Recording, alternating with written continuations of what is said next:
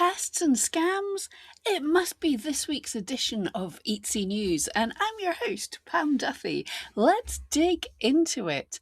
Okay, so I haven't seen this yet, but a few people have.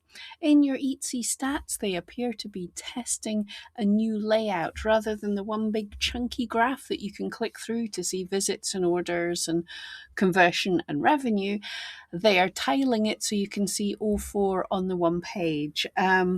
So far, I've not seen any people positively liking this yet. I've not seen it, so I can't comment either way. I don't have a prop. Like, I'm from a scientific background. I'm used to seeing numerous graphs in one place. I can understand why people might not like it.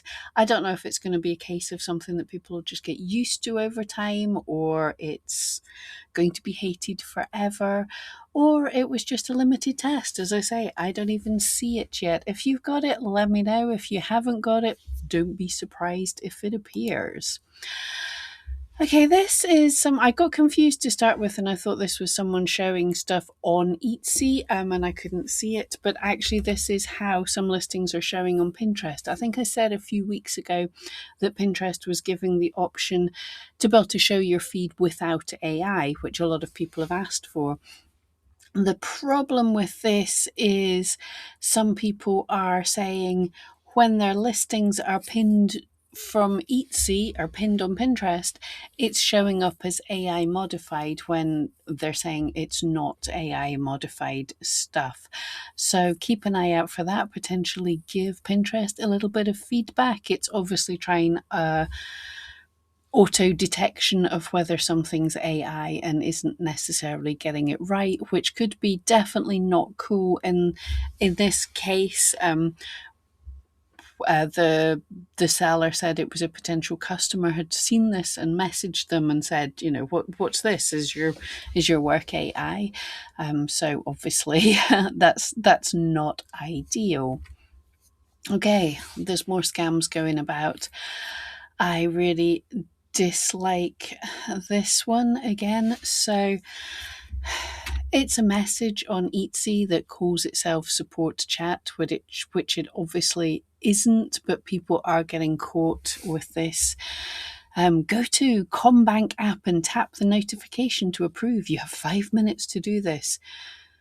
Etsy will not do this. I get that people were thinking that this was chat, but it is not. So it's saying, oh, you've had a sale or something's happened, but you need to approve things to be able to get your money. And then the person's like, why is my bank charging me money? And there's no, we're not charging you the money at all. But yeah, people have said they've lost lots of money. If Etsy needs your details, this will not be communicated by message or email or whatever else. Well, it might be, but there will also be a backup. When you go into your Etsy dashboard, it will be there, not as a message, not as chat. There'll be a banner, there'll be a something telling you that you need to do something in your shop. So be very careful. The hallmark of scams very much is a rush thing. Do this, you have 5 minutes to do it. Yeah. The other thing I want to add, because I've had quite a few comments, again, we've mentioned this before, your favourite YouTubers are not cold emailing you from their comments. Most wouldn't do that at all. This is a scam that's going about. The email that's coming to me, although this might change, which I'll explain why in a second, but the email that's coming from me is like pamduthieteams@gmail.com. That is not my email. That has never been my email. That is not me. The same eRank will not be doing that. Starla Moore is not doing that. If you're a follower of Starla Moore, you'll know her emails, and they're not Starla Moore Teams@gmail or whatever it is they're saying. Now, I've been trying to get this sorted for a while. I know Starla has. Actually, what I did, instead of trying to contact Google myself this time, I contacted YouTube, because I do have chat support because I'm at a certain level of YouTuber. Sorry, that sounds terrible, but you get some level of support. So I messaged them and I didn't think they would be able to help, but they did spend a good time digging into it. They gave me the email for the person who'd been contacted to report it, which is the email that I'd been saying before. But I was intrigued why they took so long. And then I got a message from somebody else saying they'd tried to message me back on this scam email, and it got a note now saying that that mailbox is no longer available. So very much report to Google, because these are Gmails, report to Google. But I think hopefully YouTube actually helped a little bit there. But in general, your favorite YouTuber will not be cold messaging you from a comment. They will likely respond to the comment to tell you they're going to message you, to ask permission to message you. So this is a scam.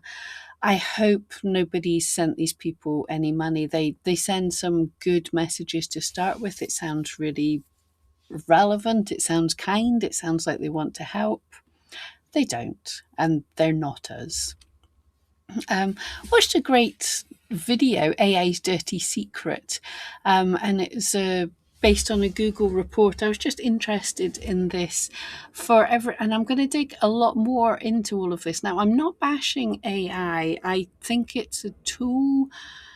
I had hope for it. I'm disappointed in it just now for numerous reasons, but I think it's a tool. So I'm keeping an eye on it and I'm intrigued. But this was talking about narratives, when stories, articles, everything else. And a lot of people say, oh, I use AI to do this. I use AI to write this because it's so good. And this is like a plot of how writings are structured. And it was very, very clear that all of the AIs are very similar and they all have their own things. I'm going to go deep into this. Whereas you can tell human writing, because it's narrative features, we are much more random, as you can see from that scatter plot.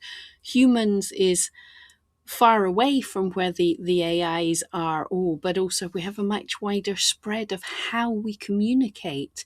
And yes, this Brendan Dell, Google accidentally proved AI is just cookie cutter. And it is absolutely just that. It's a really good video. I'll try and remember and link it, but yeah, give it a watch if you're interested in these things. Again, not bashing AI, but I think if you want to use it, you have to be aware of the limitations. And if you want to not purchase from AI, from shops that are using AI, it's actually really easy to spot. I think I've done some videos talking about what you can see in the images. This week, I'm going to do a little bit of videos. I'll pull this one up so you can see this. This week, I'm going to do a video talking about how you can tell if a description on Etsy is AI written. So you can start to get the feel of what's wrong with an AI with AI writing. So this will come up this week, but I thought just before I teach you all how to spot it, I thought it would be fun to show you something that I found just after I'd written that video. I saw this as an ad on Facebook. I've removed, fairly badly, but I've removed the personal name. But this was supposed to be a lawyer who has an award-winning book to help you navigate difficult things. So this was an ad from them. And it just took me 3 seconds to look at that and go, that ad is written by AI. I can't say 100% that ad is written by AI.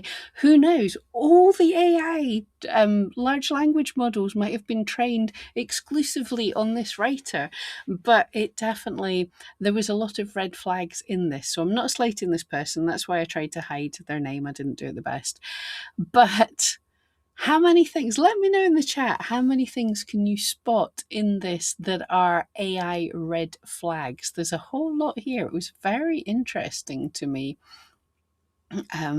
Yeah, so I I was amused by this. So let's see if you can see any of the rules there. And in the following week, there's going to be a video dropping where I'm going to show you how to identify AI red flags in writing so you can avoid them yourself, or so you can avoid using AI where you don't want to.